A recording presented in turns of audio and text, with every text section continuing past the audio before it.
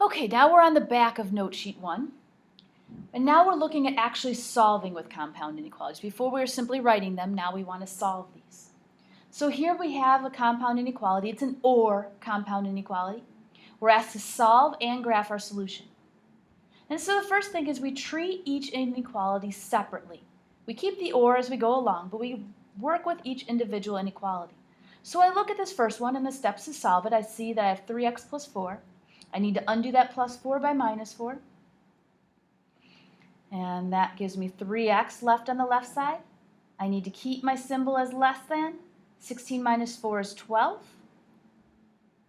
And then continuing to get x alone, I have 3 times x, so I'm going to undo by dividing by 3. And I'm left with x is less than 12 divided by 3 is 4. Okay? Done with that inequality, now I need to do the second one. Again, I just solve it as this inequality asks me to solve. I ignore the first one for now. So I see 5x minus 12. I need to undo that minus 12, so I'm going to add 12 to both sides. That gives me 5x, keeping the symbol greater than 25 if I add 13 and 12. Then to get 5x, or to get x alone, I need to get rid of that 5, and it's multiplying, so I'm going to undo it by dividing. And I'm left with x is greater than, when I divide 25 by 5, I get 5. X is greater than 5. Written out in words, it says all solutions, or all the solutions are all the real numbers that are less than 4 or greater than 5. Graphing that, I want less than 4, so here's my open circle at 4. There's no equal to. Less than takes me to the left.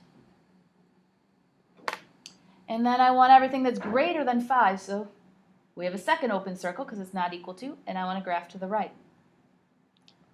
Okay, we have a small region of values that don't make it true. Those are the values that are between 4 and 5. Okay, but otherwise it's nothing new. It's simply having to solve 2 problems in one.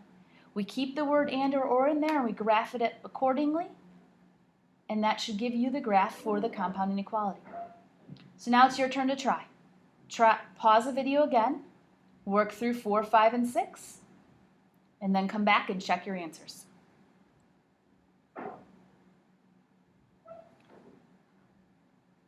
Okay, welcome back.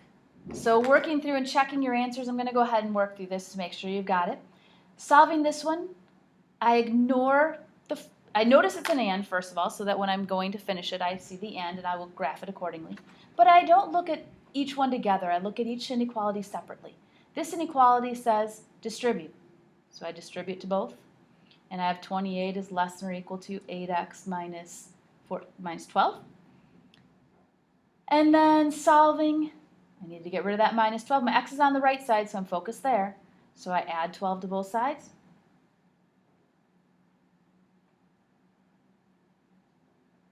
Okay, 28 plus 12 is 40.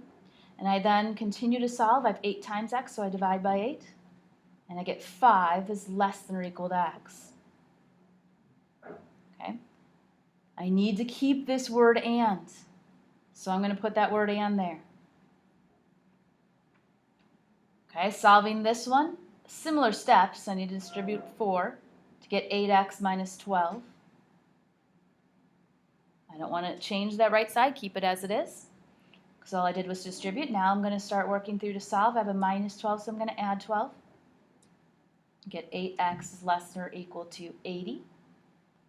And then again, I'm going to divide by 8, and I get x is less than or equal to 10.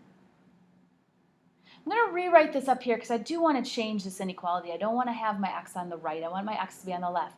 I see my x is being eaten, so I want to keep it being eaten. X is greater than or equal to 5. And x is less than or equal to 10. It's an and. I need the part of the graph that has both graphs. So I'm going to graph x is greater than 5, greater than or equal to, so I'm going to close that circle, and I'm going to graph lightly to the right there. Okay. For the second graph, I'm going to graph that in blue.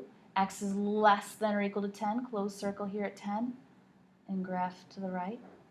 I'm sorry, to the left because it's less than. Okay, you see here's blue, Here's red. This area here between the 2 points contains solutions to this and this. That is our final answer. I want the closed circle here, and then everything between. And to make it very clear that that is my final answer. I don't want it to be questionable. The rest of that there, if I did this in pencil, I would actually erase it. That would be the only part that contains solutions to both. Okay? Number 5, solving that one. Again, solve this individually. Start by adding 7 to both sides. Get 3x is less than, keep that symbol, 18. Divide by 3. X is less than 6. Or, need that word, don't want to let it go. Solving here, it's one step. I just need to subtract 4 from both sides. And I get x is less than negative 6. All right, so I have an x is less than 6, or x is less than negative 6. Remember, or graphs, we graph the whole graphs in their entirety. Less than 6, open circle at 6, graphs to the left.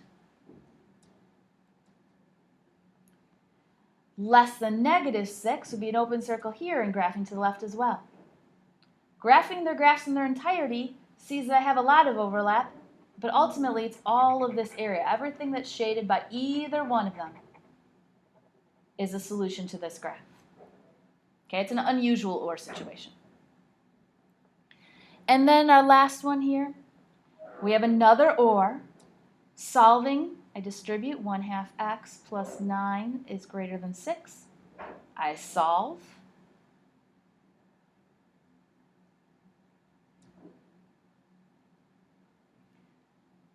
I divide by 1/2 here. Please don't let these fractions cause problems. Just put them in parentheses when you put in your calculator, and you get x is greater than negative 6. Or, gotta have that word or there. Don't get rid of it. Make sure it's there every time that you have the right statement, the and or the or. I apologize that I went off a little bit there. Okay, solving here. If I subtract 5 from both sides, I get 7x is less than negative 56. And I divide by 7. I get x is less than negative 8. So I'm going to go ahead and put that down here with the or. X is less than negative 8. This is my solution. The graph is extra. That's actually truly my solution.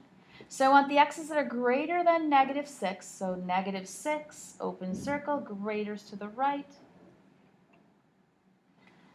Or, so it means graph them both in their entirety. X is less than negative 8, open circle at negative 8, less than, graphs me to the left. Okay, there's our graph for number 6. Okay, at this time, I want you to take out your practice 1 worksheet, and I want you to work on practice 1. Okay, so go ahead and work on practice 1 right now, and eventually we'll be heading back to the room. Thank you.